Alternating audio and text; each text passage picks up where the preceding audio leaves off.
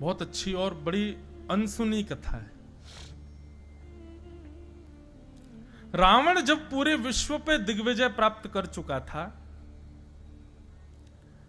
देवताओं को भी हरा दिया रावण ने अपने बल के आगे। तो एक दिन रावण अपनी सभा में बैठा अपने जंघा को थापते हुए कह रहा था, मुझे लगता है पूरे त्रिलोक में 14 भुवन में मुझसे ज्यादा बलशाली कोई नहीं है, मैंने सबको जीत लिया। तब उनके सभा में एक व्यक्ति बुजुर्ग सा आया और आकर के कहा, महाराज आप निश्चित ही बलशाली हैं, पर हम आपसे प्रार्थना करना चाहेंगे, कभी अवध नरेश महाराज रघु के यहां मत जाइएगा। भगवान श्री राम जिस वंश में प्रकट हुए, रघुवंश, वो रघु महाराज। ये तब की बात है जब रघु महाराज विराजते थे अवध में। तो व्यक्ति ने कहा, बोले महाराज आप निश्चित ही पूरे विश्व पर जीत चुके हैं, लेकिन आप कभी भूल करके अवध की तरफ मत जाइएगा, अयोध्या के राजा रघु के सामने मत जाइएगा। रावण बोला, आपने मुझे ललकारा है, मुझे चेता दिया है, अब तो मैं जाऊंगा। बोले महाराज मैं फिर हाथ जोड़ के प्रार्थना करूंगा, मत जाइएगा, वे बहुत बलशाली हैं। अरे मैंने सबको हरा दिया, इंद्र आदि कुबेर आदि सब हारे पड़े मुझसे, ये रघु क्या चीज। बोले कि इसके लिए हम आपसे बस प्रार्थना करेंगे, आप एक बार विद्यार्थी बनके उनको देखने जाओ, बस फिर आपको लगे कि हाँ मैं युद्ध कर सकता हूं तो करना।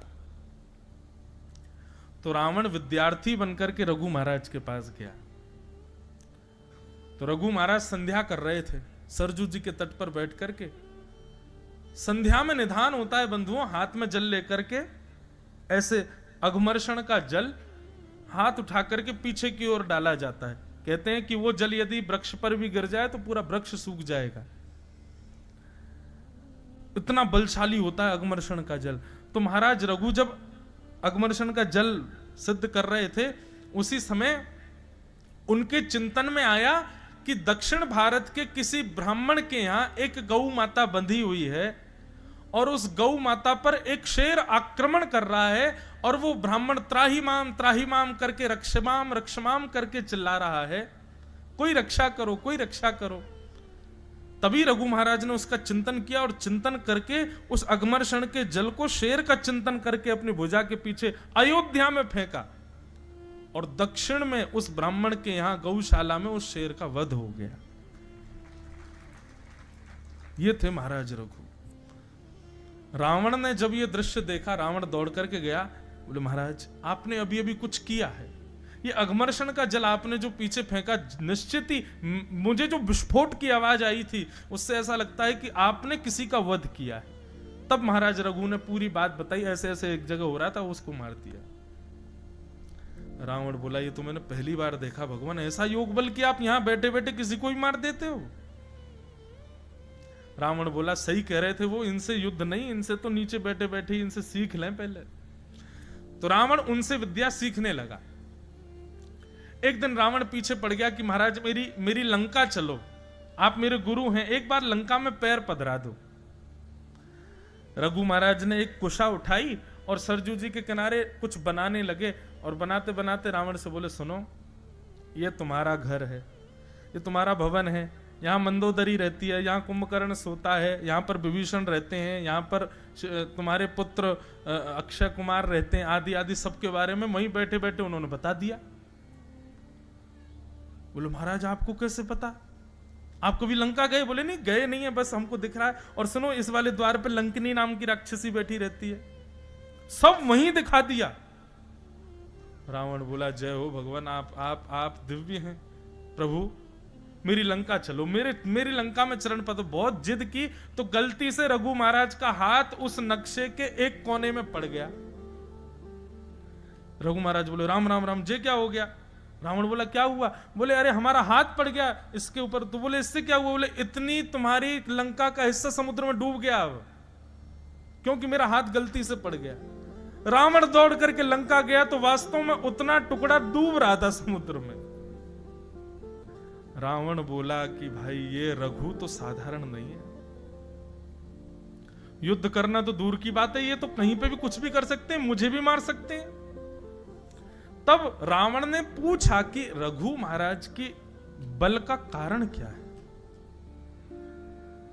तब एक संत ने आकर के बताया, बोले रघु महाराज स्वयं भी वेदज्ञ हैं, स्वयं भी गुरुनिष्ठ हैं, पर उनसे भी ज्यादा उनकी पत्नी, वो गुरुजनों को प्रणाम करती हैं, वो सेवा करती हैं, यज्ञ करती हैं, सब करती हैं और पतिव्रता धर्म का पालन करती हैं। इनकी पत्नी के पतिव्रत धर्म का बल रघु महाराज को मिला हुआ है।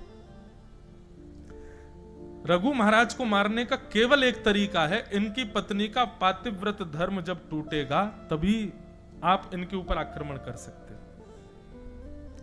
रावण बोला, हम राक्षस हैं, इतना तो हम पे आता है, हम रघु का रूप धारण करके जाएंगे और इनकी पत्नी का पातिव्रत धर्म तोड़ देंगे। रघु महाराज किसी कार्य से बाहर गए थे, रावण रघु का रूप धारण करके अयोध्या आ गया और जैसे ही भवन में प्रवेश किया, रघु महाराज की पत्नी के सामने जाकर के पैर पर पैर रख करके रावण जैसे ही बैठा, उसके नेत्र और उसकी चाल ढाल से पत्नी समझ गई थी कि ये रघु नहीं है, ये रूप धारण करके है। तुरंत सैनिकों को आज्ञा की, बंदी बना लो इसको। रावण कहने लगा, अरे मैं रघु महाराज हूं, मुझे बंदी क्यों बना रही हो? बोले रघु होते तो रघु महाराज जब भी अपने भवन में आते हैं, अयोध्या की माटी को प्रणाम करके आते हैं, माथे पर रज लगी होती और तुम्हारे चलने बोलने ढलने, इससे सब पता चल रहा है कि तुम रघु नहीं हो। बंदी बना लिया। अब रघु महाराज जब लौट करके आए, जब उनको पता चला कि उनके शिष्य रावण ने ऐसा किया, तुरंत रावण को सामने बांध दिया। बोले लाओ मेरे बाण और तरकश, इसका वध करता हूं मैं। जैसे ही उन्होंने बाण लेकर के रावण का वध करना चाहा, तभी ब्रह्मा जी प्रकट हो गए। बोले भगवान, आप ठाकुर जी की लीला को क्यों खत्म कर रहे हो? भगवान, आपकी भक्ति और आपकी गृहिणी की भक्ति से ठाकुर जी इतने प्रसन्न हैं कि उन्होंने वचन दिया है कि त्रेता में मेरा जो अवतार होगा, मैं रघु महाराज के वंश में ही आऊंगा। और रघु महाराज जी से कह दीजिए कि रावण को ना मारें। जिस बाण को इन्होंने धनुष पर ताना है, इस बाण को ब्रह्मा जी रख लें अपने पास। जब रावण का वध होगा तब इसी बाण से मैं रावण को मारूंगा। फिर आगे लंबी कथा है। राम जी जब रावण को मारने के लिए गए, खूब बाण मारे, नहीं मरा। तब विभीषण जी ने बताया, बोले महाराज ऐसे ऐसे बात है, रघु महाराज जिसको मारने वाले थे वो बाण ब्रह्मा जी को रघु महाराज ने दे दिया था। फिर रावण ने तपस्या की और तपस्या करके ब्रह्मा जी को प्रकट किया। ब्रह्मा जी प्रसन्न होकर के बोले, वर मांगो, क्या चाहिए? बोले रघु महाराज ने जो बाण आपको दिया है वो मुझको दे दो, उसमें मेरे प्राण हैं।